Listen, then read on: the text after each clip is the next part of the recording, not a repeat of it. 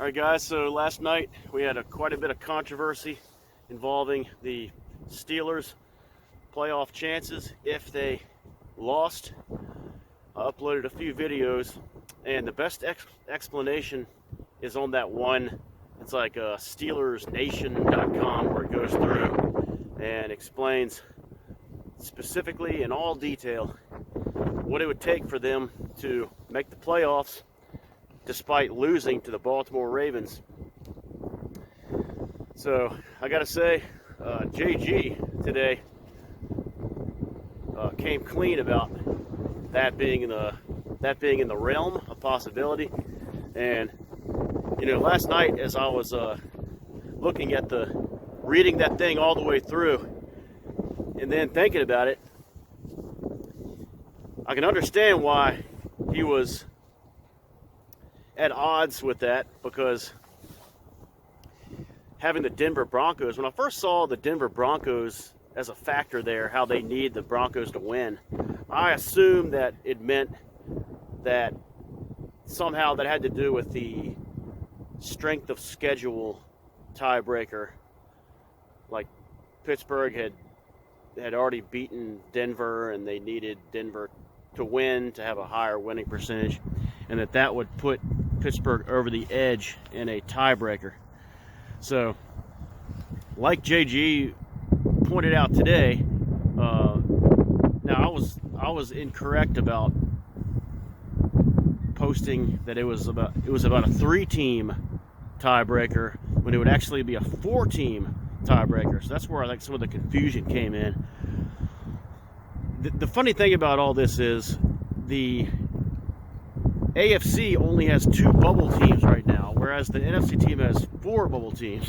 So you'd think that it would be more muddled in the NFC, and there is a lot of things going on there, but this scenario is very wild, and there's other teams that are looking at that Colts Texans game and needing a tie if it came down to it. But just a strange scenario. I've never seen it before. And another thing JG was saying last night was he had an issue with the Broncos being involved in the tiebreaker. I was thinking about that, and that made sense.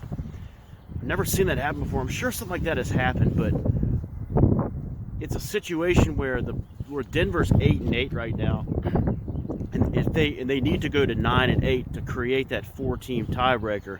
So last week when Denver lost, and I guess when some other teams won, the NFL figured out this scenario as a possibility happening in week 18, and that officially eliminated the Broncos, as they figured out that they would be eliminated in that 4-team tiebreaker.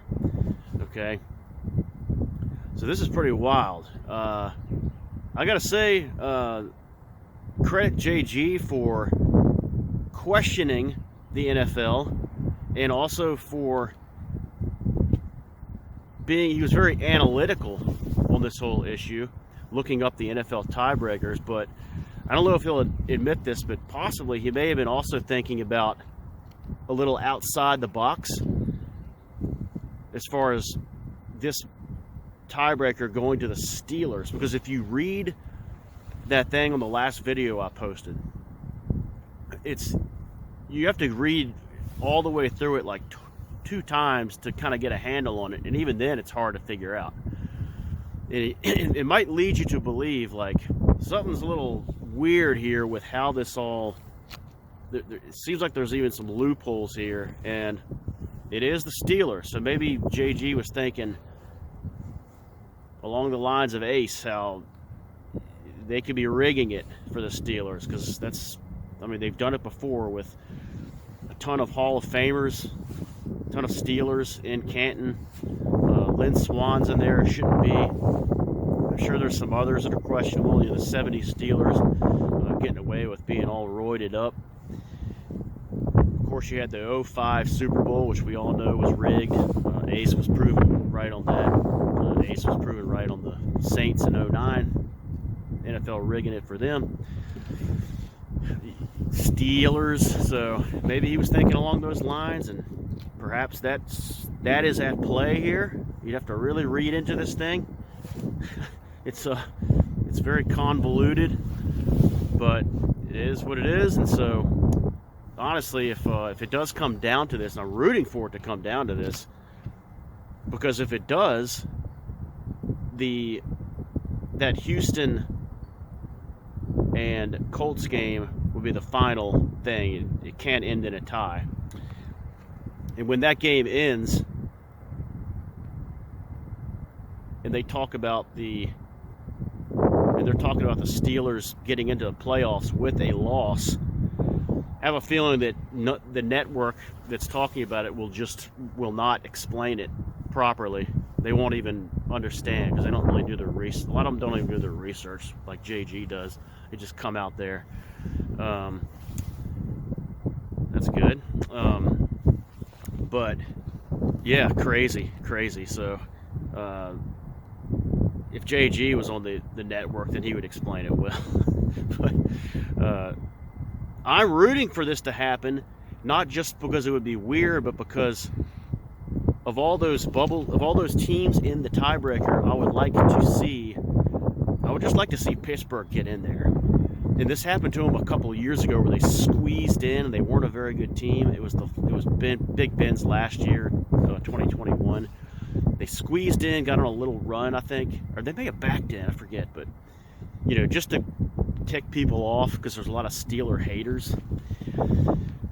So it would just be cool. It would just be great to see the Steelers in there. I'd rather see them than the other teams that are involved. I don't want to see Houston because I'm still sullied and soured on seeing Houston in the wild card Saturday so many years during the Matt Schaub, J.J. Watt era. I'm just tired of it still, and I just don't want to see them. Nothing against them. And then the Colts, that'll be good just for Dewey, but sorry, Dewey. I'd rather see the Steelers come out of there. They're NFL tradition.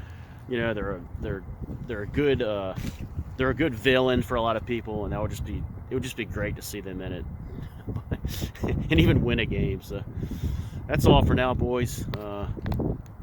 Interesting scenarios. It's like I can hardly wait for this. And Saturday is some big games too, but I can hardly wait for this. It's going to be a great weekend. All right, boys. Out here at the 50-yard line. And I'm going to do some more exercise here. I'll talk to you boys soon. So, all right. See you tonight for some trivia.